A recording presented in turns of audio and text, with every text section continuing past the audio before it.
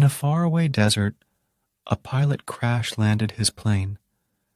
With limited food and water, he was desperate to fix his aircraft. On the first night, he fell asleep on the sand, far from any civilization. The next morning, he was awakened by a small voice that said, "Please, draw me a sheep." Startled, the pilot looked up and saw a little boy standing in front of him. He was unlike any child he had ever seen. The boy had golden hair and a curious expression. "Who are you?" asked the pilot. "I am the little prince," replied the boy. "Where do you come from?" the pilot inquired, surprised by the sudden appearance of this child in the middle of the desert. "Please draw me a sheep," repeated the little prince. The pilot, not sure what to do, took out a piece of paper and a pencil. He had never drawn a sheep before, so he drew the first thing that came to mind, a sheep with a big body and 4 legs.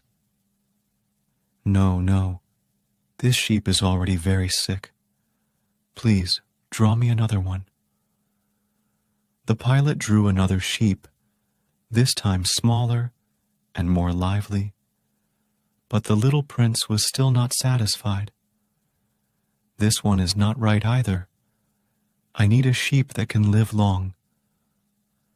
The pilot, growing impatient, drew a box with holes in it. "Here, the sheep you want is inside." To his surprise, the little prince's face lit up. "This is perfect. Thank you." He held the drawing close and beamed with joy. Over the next few days, as the pilot worked on his plane, the little prince told him stories of his travels. He came from a tiny planet, no bigger than a house. There he tended to his volcanoes and cared for a special rose. The rose was unlike any other. She was proud and demanding, yet the little prince loved her dearly. "I did not understand her then," said the little prince, his eyes filled with sorrow. "I should have judged her by her actions, not her words. She cast her fragrance and radiance over me. I should never have run away. I should have guessed all the affection that lay behind her poor little tricks. Flowers are so contradictory, but I was too young to know how to love her." The pilot listened with empathy, realizing the depth of the little prince's feelings. The little prince also spoke of other planets he visited. Each planet was inhabited by a single, peculiar adult.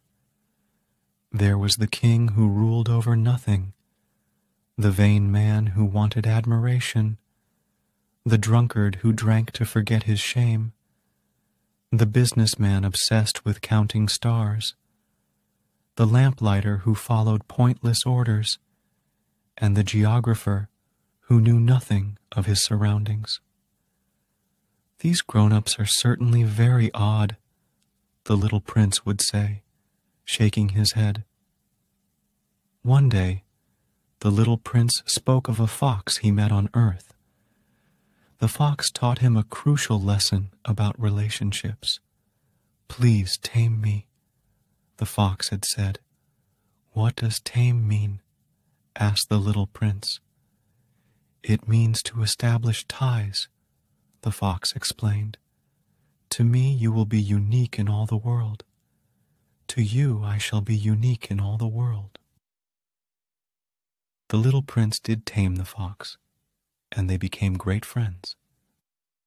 When it was time to part, the fox gave him a secret. "Here is my secret. It is very simple. One sees clearly only with the heart. Anything essential is invisible to the eyes."